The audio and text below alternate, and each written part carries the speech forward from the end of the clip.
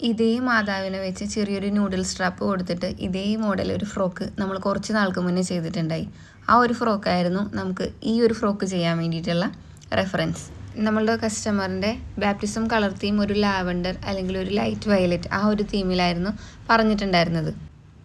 അതുകൊണ്ട് തന്നെ noodle strap മാറ്റിയിട്ട് യോക്കിൻ്റെ കുറച്ച് ഭാഗത്തായിട്ട് ഒരു ഇൻവിസിബിൾ നെക്ക് കൊടുക്കാൻ വേണ്ടിയിട്ട് കസ്റ്റമർ നമുക്കൊരു ഇമേജ് ക്രിയേറ്റ് ചെയ്ത് തന്നിട്ടുണ്ടായി.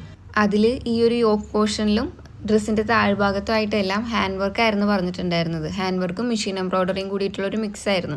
അപ്പോൾ നമുക്ക് സമയപരിമിതി ഉള്ളത് കൊണ്ടിട്ട് നമ്മൾ വർക്ക് ചെയ്ത നെറ്റ് വാങ്ങിയിട്ട് അത് നമ്മൾ പാച്ച് വർക്ക് കൊടുക്കുക ചെയ്തിട്ടുള്ളത്.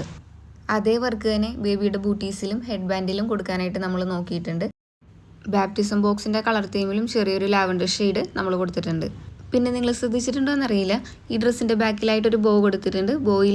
ബോയുടെ ടെയിലിലായിട്ട് ഒരു സൈഡിൽ ഒരു മാലാകയും ഇപ്പുറത്തെ സൈഡിൽ കുഞ്ഞിൻ്റെ പേരും ബാപ്റ്റിസം ഡേറ്റും കൊടുത്തിട്ടുണ്ട്. ഇതോടൊപ്പം ഒരു ബാപ്റ്റിസം ടവൽ ഉണ്ടായിരുന്നു. അതിൽ കുഞ്ഞിൻ്റെ ബർത്ത് ഡേറ്റ് ആണ് നമ്മൾ ആഡ് ചെയ്തിട്ടുള്ളത്. അത് ഈ ഒരു വീഡിയോയിലില്ല, പക്ഷേ ഈ ഒരു സെറ്റിലുണ്ടായി. ഇതുപോലുള്ള ബാപ്റ്റിസം സെറ്റുകൾ നമ്മുടെ കുഞ്ഞുങ്ങൾക്ക് വേണ്ടിയിട്ട് നോക്കുന്നുണ്ടെങ്കിൽ ഒട്ടും പഠിക്കേണ്ട, നമുക്ക് മെസ്സേജ് ഇട്ടാൽ മതിയാവും, നമുക്ക് റെഡിയാക്കാം.